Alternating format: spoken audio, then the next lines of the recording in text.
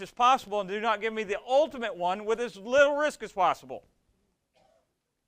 Now, how did I get that? I didn't make that up. You guys tell me that. I ask you what you want for your money. I want to make money. How much you want to make? As much as possible. Well, what are you willing to do? I want to take as little risk as possible.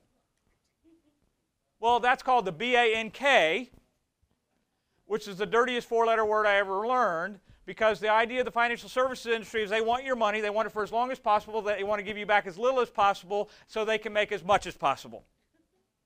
That's the financial services industry. Is there a reason when you go to a metropolitan city, the tallest building in every town is a bank, brokerage firm, or an insurance company? They want your money. What do? You're lemming. You give it to them. Here, it's okay. I could tell you stories that will curl your hair. Some of you have already heard it, I've seen. Some of you make your hair fall out. But I'm glad you sat here. Now, what I want to do is overcome the 4 inches between your ears. Everybody got 2 of these? In between them is your problem. We'll talk about that. Identify the benefit for sector trends. Stay focused on sectors and ETFs. And you can say, and understand, I start with sectors, go to ETFs, and then I could say, and stocks. But if I put stocks up there, you gravitate to stocks. Because when I don't put stocks up there, you come up and ask me, is the only thing you do ETFs? No.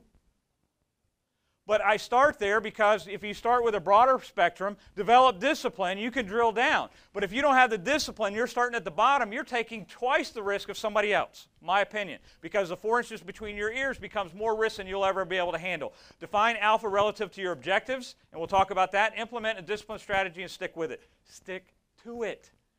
How many of you cannot stick to a strategy? I mean, here's the thing. I have people come up to me and say, I found this great thing, I've been doing it, but what? Here's the other thing. I had somebody come by my booth today and said, you know, I want to do this, blah, blah, blah, and I've developed this great strategy, I'd like to sell it. Why? You'll break it. You know, if you share your strategy with enough people, it will break automatically. Do you know why? Because strategies are built based on what you did. Inject volume onto that, what happens to the strategy? It breaks. See, why do people, why do we want the Holy Grail? How many of you are looking for that? Stop. It's not there. You will never find it. They're still looking for the cup. If you've watched the movie, they didn't find it. See, what's happening is you have to find a way that you can stick with these things. Now, I'm going to give you this real quick. There's no magic to this. This is it. An example. I want to retire. This is knowing what you want. What do I want? In this example, it says I want to retire with $100,000 a year. I need $1.25 million at 8% to give me $100 grand. The number of years to accomplish it in this example is going to be 10 years. What do you have now? $500,000. I'm adding $500 a month, 10% a year. Now comes the money management. In other words, I know what I want. I have $250 grand. I'm saving $500 a month. In order to get there in 10 years, I have to earn 10% per annum to get there. Is that fair? The numbers work. You can back into them. So I got $500,000. I think I said 250. So I got $500,000. So I'm going to wait 10 years. And everybody knows Rule of 72 says you take the percent of rate of return and divide it into 72. That's the number of years it takes to double. And I warn you, I talk pretty quick. So if you don't take notes, you can actually understand what I'm saying. What happens is that we think, and I will give you any slide up here. If you want it, I'll send it to you. Send me an email. I'll shoot you the slide. Now, what I want you to have is the ability to look at this and say, all right, this is the money management process. This is what we want to do. We want to manage the money so I can retire. When? 10 years. How much do I need to earn? 10%. How am I going to manage my portfolio? For a 10% return. This is discipline, folks. Now, I know there's some of you sitting there, you got a little bit of sand in your underwear, going, but what if I can make more? That's called greed. Greed is the destruction of anything. Ask the banking system right now. Ask the mortgage lenders if greed does not lead to destruction. What I'm saying to you is that disciplined trading starts with a disciplined objective. What do you want? Decide now. All right? Now, so we go along. So now how do we end? Design the portfolio that will deliver the end objective and begin with the end in mind and work backwards. So every way that I manage money is I start over here and I work backwards. Whether that's a 401k, doesn't really matter what I'm going to manage. I'm managing it to the objective. If you don't manage money to the objective, how will you get to the objective? And more importantly, how will you know you're there? What would you do if you won the lottery? Would you change the way you live? Would you change the way you do things? Would you? If you hit the lottery and you won $30 million, what would you do?